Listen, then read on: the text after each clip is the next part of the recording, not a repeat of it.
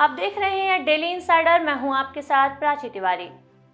UP में विधानसभा का शीतकालीन सत्र शुरू होने में अभी 10 दिन से ज्यादा का समय बाकी है, लेकिन सत्ता और विपक्ष के बीच में तनातानी का दौर शुरू हो चुका है।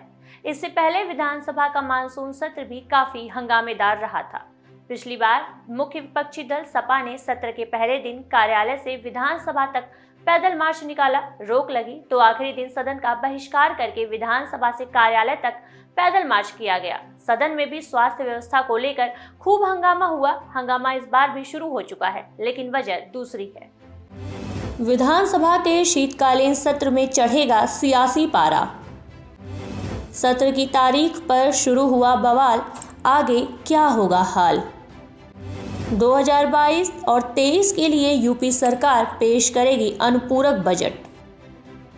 उत्तर प्रदेश सरकार 5 दिसंबर से यहां शुरू हो रहे 3 दिवसीय शीतकालीन सत्र के पहले दिन राज्य विधानसभा में 2022-2023 के लिए अपना पहला पूरक बजट पेश करेगी। इसी को लेकर विपक्षी दलों ने सत्र से पहले ही हंगामा करना शुरू कर दिया है।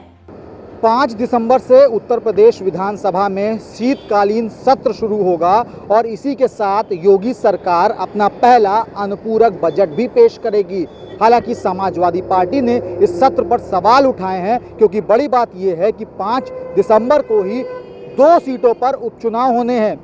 समाजवादी पार्टी का ये कहना है कि भारतीय जनता पार्टी साजिश रच रही है जिससे सत्र में अखिलेश यादव मौजूद ना हो, और इसी को लेकर समाजवादी पार्टी लगातार भाजपा सरकार पर हमलावर है। बहरहाल 3 दिवसीय ये सत्र होगा और देखने वाली बात ये होगी कि इस सत्र के बाद आखिरकार उत्तर प्रदेश के निवासियों को क्या फायदा पहुंचने की उम्मीद है।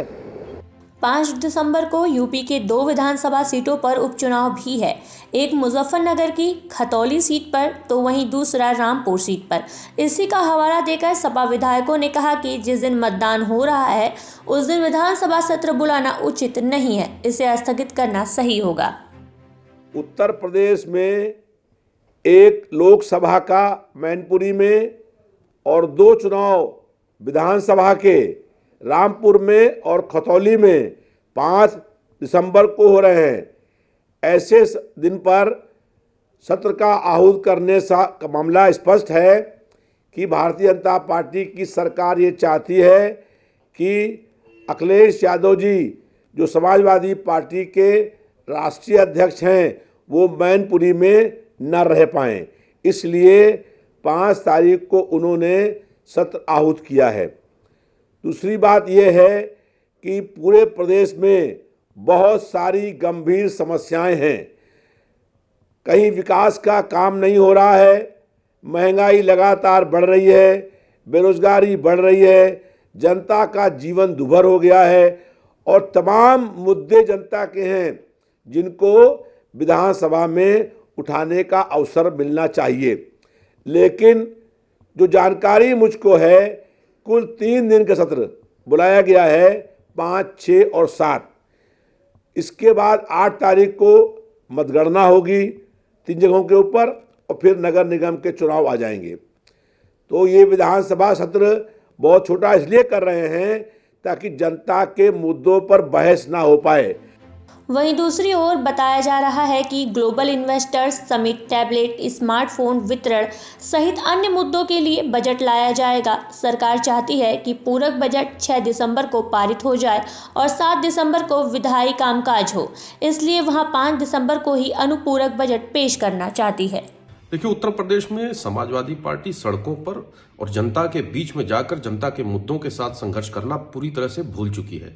ड्राइंग रूम से ट्विटर की राजनीति करना और जब भी सदन चलने की बात होती है तो किस तरीके से सदन को बाधित किया जाए उसको रोकने के लिए सारे हथकंडे अख्तियार करना, ये समाजवादी पार्टी का चाल और चरित्र बन चुका है।